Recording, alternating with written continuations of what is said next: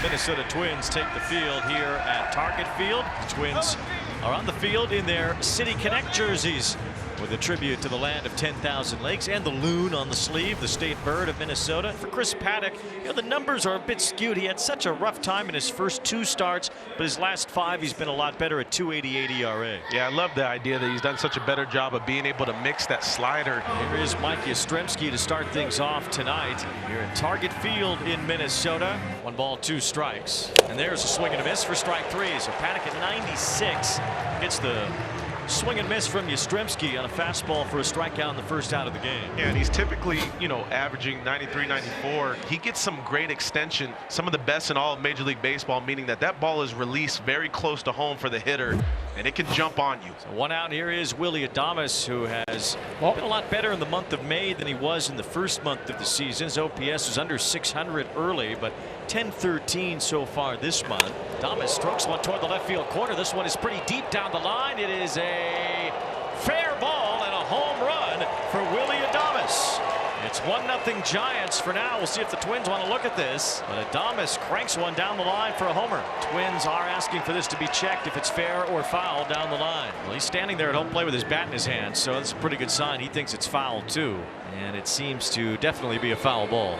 It's almost like, man, you wish you didn't hook that one. You wish you just stayed through it a little bit longer. It's a foul ball. So Adames will have to try again for his 5th home run in a Giants uniform. He did hit 32 last year with Milwaukee. He was very productive last season for the Brewers. And a swing and a miss. So it almost seems like it's automatic. When you miss the home run by that much, you're certainly not going to hit another home run, and you might just strike ERA in the first inning.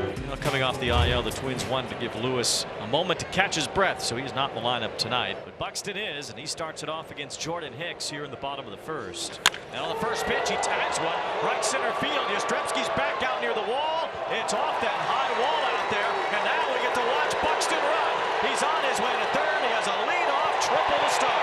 That truck horn that he's pulling down to honor his dad, who has been a truck driver, Felton Buxton II. Byron Buxton made it all the way to third.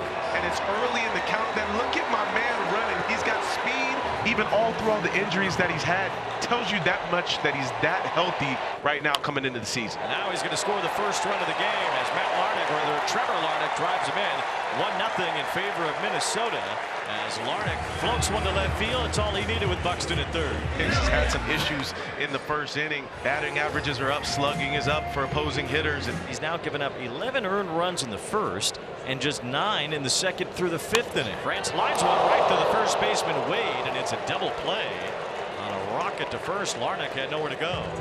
Yeah, ball was hit hard, but really nice job of Wade Jr. over there being reactive. Justin, how's it going for you so far in San Francisco? It's going great, man. It's been a blast. We got a great group of guys here, and obviously been off to a good start. So this is Chapman popping one up, and it's caught by the catcher Jeffers in foul ground.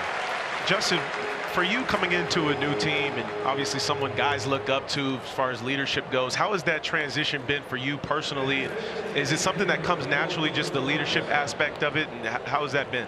It's changed a lot over the course of my career. I think it's something that I've taken strides and gotten better at, something I worked at, especially, I went away for Tommy John, had my daughter born, and just kind of like stepping away from the game, I think, really changes your perspective on things. And I think that was something that I identified that I wanted to get better at. So just communicating and establishing better relationships with teammates, and really kind of like, for a while there, you're like a horse with blinders on. A couple of quick outs here as Flores rounds out. Yeah, it's been a lot of work. Last year was a really tough year for me physically, but I feel like the neck injury particularly kind of steered me in a new direction, and I was able to learn from that and make some big adjustments. So it takes some time to have those adjustments kick in.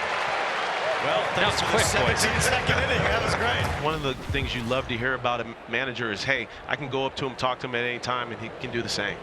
He bleeds Bay Area baseball as Wade strikes out. A good changeup from Paddack. And that's the 3rd strikeout for Paddack, who's now retired all 7 that he has faced. Well, already good signs from Paddack. The velo is up on all of his pitches, about 1.5 miles, but the changeup is also on today, getting some swing and miss. That's one of those pitches that he hasn't had the success this year with it, but it's previously been a go-to. Swing and miss by Bailey. Paddack throwing darts early on. for Chris Paddack. He is 2 off his season high, and we're in just the top of the 3rd inning. Swung on a missed, and he struck him out. And what a first trip through the order for Chris Paddack. He fans 5 of the 9 Giants. Chris Paddack has been fantastic tonight. What are you seeing from him? Well, I think a big part of Paddy's success is always his strike throwing and his ability to get ahead, his ability to attack. He's always been a good strike thrower, but you can see his starts really they take off in a lot of ways when he can just establish that fastball, get ahead, and then go from there. Well, speaking of getting ahead, Byron Buxton with that leadoff triple put you guys on the board early. What does he mean to this team? Well, he means everything. I mean, he does so much on both sides of the ball. See the velocity from Paddack. That's a huge difference than what we have seen. Here's a pop-up down the right field side, and it's the second baseman, Clemens, who goes out to grab it. So another quick out as Adames pops out to start the inning. 1.5 miles on the fastball, 3 miles an hour on the slider. Yeah, and what that does there is it messes with the hitter, obviously, right? Because you come into the game expecting a certain velocity, and now you got to gear it up, get ready a little bit earlier. Lee rolls one over. That's a fair ball down the line. France a quick juggle, but he makes the play. Ty France out of San Diego State as he flips one toward left center field. It's a long run over for Lee, and he won't get there. Base hit for France. He's on to start the bottom of the 4th inning. 3-2 on Lee. Runner goes, swing and a miss. Throw to second by Bailey. Skips out on Adames, and it's a stolen base for France. Otherwise, he would have been out. That throw beat him by plenty. It's only the 3rd career stolen base for France. Here's Correa to bat. It's a bouncing ball to right. The base hit for Correa. France is on his way home. Yastrzemski's up throwing. It's cut off, and now Correa's caught between the bases. He will accept the tag and end the inning, but an RBI for Correa gives the Twins a 2-0 lead. One thing about Chris Paddack, he's throwing strike 1 a lot tonight. Here's a fly ball to the right field line. It's Willie Castro over, hoping for some room, and he makes the catch in foul territory for Chris Paddack. 13 in a row retired. Yeah, nice to have this guy back. Flores with a 1-hopper to short. It's right at Correa. Easy throw, retires Flores. 2 up, 2 down here in the 5th. Here's Elliot Ramos. Here's a chopper to second base. Grabbed by the second baseman Clemens. It is 5 perfect innings for Chris Paddack tonight in Minnesota. Bader over the last couple of weeks has been the hottest hitter in the American League. And he lines this one to left field for a base hit. 1 out single and a speed element out there as well for Minnesota. And that hit him. Oh, that hurts. His dad did that a lot to hitters. Big chance here for the top of your order, your best player in Byron Buxton. Ground ball sharply hit through, base hit. Bader will be held up at third. Now the ball is bobbled by Ramos. Bader heads for the plate. He scores. 3-0 Minnesota. Just a great approach from Buxton. He's been doing it for so long now. He's been consistent at being able to go the other way, but also you get a sweeper over the heart of the plate. He's able to pull it, stay out in front of it. Misplay there from Ramos, looking up a little bit too early to try to throw the runner out of home. Full count on Lamont Wade. A fly ball toward right. It's Castro moving over. Long run near the line. He's there. He's got it. 1 away. Paddack not shying away from the weak contact early, not necessarily just trying to give guys the 2-strike mentality and put guys away with a pitch they swing and miss. He's also saying, hey, I'll go in, try to get some of that weak contact and use the defense as well. 2 balls and a strike.